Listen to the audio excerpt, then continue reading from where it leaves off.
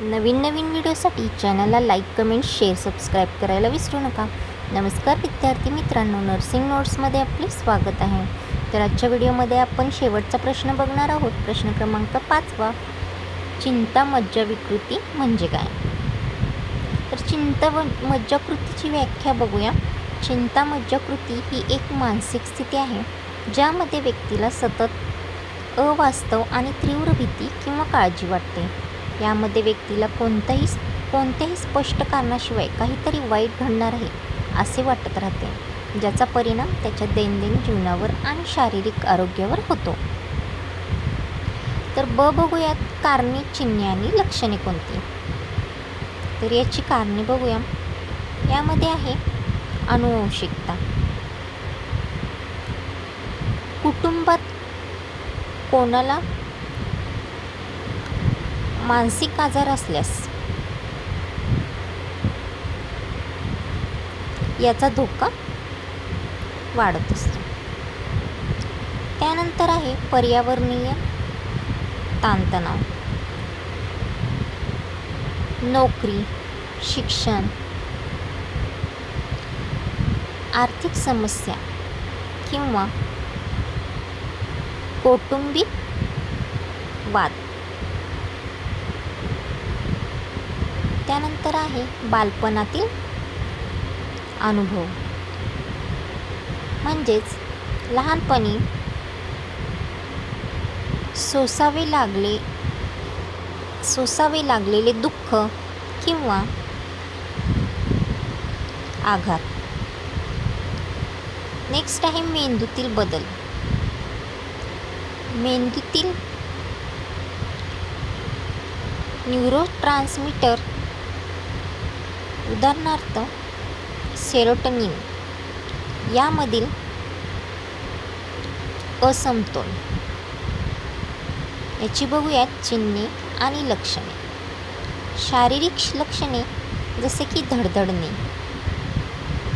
जास्त घाम येणे, थरथरणे, श्वास घेण्यास त्रास होणे, स्नायूमध्ये ताण जाणवणे आणि झोप न येणे. मानसिक लक्षणेमध्ये बघा, सतत भीती वाटणे, एकाग्रतेचा अभाव, चिडचिड होणे आणि निर्णय घेताना गोंधळणे. क आहे औषधोपचार, शुश्रूषा व्यवस्थापन. यामध्ये बघा अँटी अँझायटी ड्रग्स, म्हणजे चिंतेची तीव्रता कमी करण्यासाठी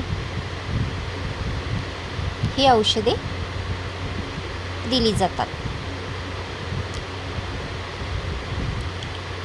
अँटी डिप्रेसमेंट, रुग्णाची मानसिक स्थिती सुधारण्यासाठी याचा वापर होतो. त्याचनंतर आहे सायकोथेरपी. यात प्रामुख्याने कंजेनेटिव्ह बिहेवियरल थेरपी म्हणजे CBT याचा वापर केला जातो, ज्यामुळे रुग्णाचे नकारात्मक विचार बदलण्यास मदत होते. शुश्रूषा व्यवस्थापन म्हणजे नर्सिंग मॅनेजमेंट बघूयात. शांत वातावरण, रुग्णाला शांत आणि सुरक्षित वातावरण देणे गरजेचे असते. संवाद, रुग्णाशी प्रेमाने आणि संयमाने संवाद साधून त्यांचा आत्मविश्वास वाढवणे. आरामतंत्र म्हणजेच रिलॅक्सेशन टेक्निक्स, रुग्णाला दीर्घ श्वास घेणे योगासने आणि ध्यानधारणा मेडिकेशन्स करण्यास प्रवृत्त करावे. निरीक्षण औषधाचे परिणाम आणि त्यांच्यातील बदलाचे सतत निरीक्षण करणे. ड आहे परिवार सदस्याची भूमिका. कुटुंबातील सदस्यांची साथ ही रुग्णाच्या लवकरात लवकर बरे होण्यासाठी अत्यंत महत्त्वाची असते. समजून घेणे, रुग्णाला वेडे न समजता